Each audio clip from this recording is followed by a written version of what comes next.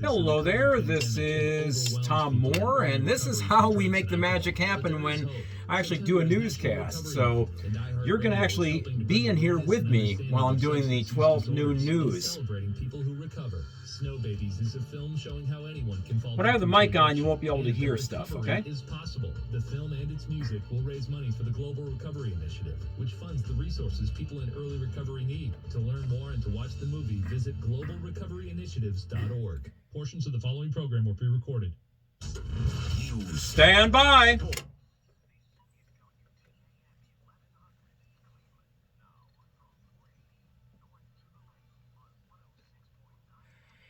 Today's the day the president makes it official. It's 12 noon. I'm Tom Moore. We've got more on that story in less than 60 seconds. First, a look at traffic and weather. Center, Elk and Elk, serious lawyers for serious injuries. Hey, just push the button over there and the traffic plays. How about that? Eastbound after Warren construction, left lane is closed. Traffic sponsored by T-Mobile for Business. T-Mobile Business. Move the screen down a little bit here. Free on business plans via bill credits when you switch. Plus taxes and fees. Stop by for details. Over 50.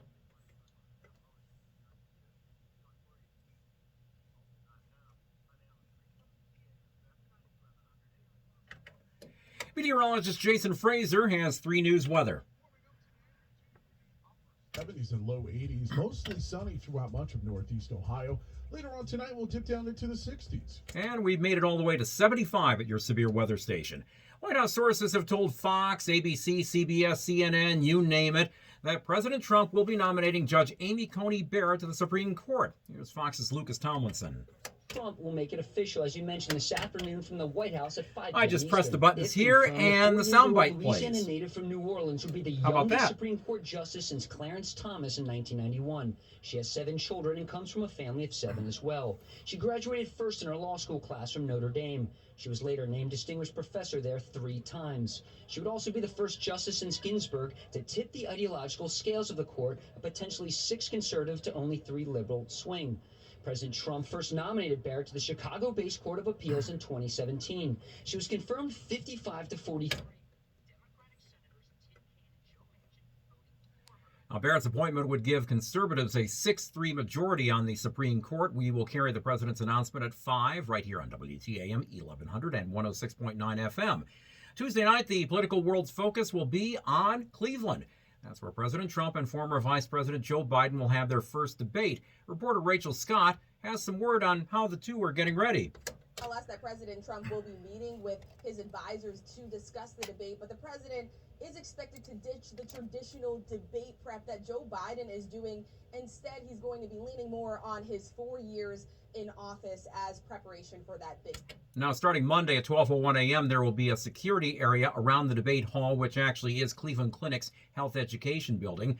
The security area from East 79th to Stokes Boulevard, and then from Huff Avenue to Cedar Avenue. All that information, including prohibited items and parking restrictions, on the local news page at WTAM.com.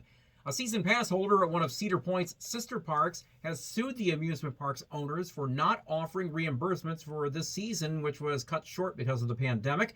That suit, filed in federal court in Toledo, is filed as a class action on behalf of all holders of season passes at all the parks owned by Sandusky-based Cedar Fair. Cedar Point already had said that if you have a pass for this year, it's going to be good for next year as well. The U.S. Attorney's Office investigating a case of some tossed-out absentee ballots in Wilkes-Barre, PA.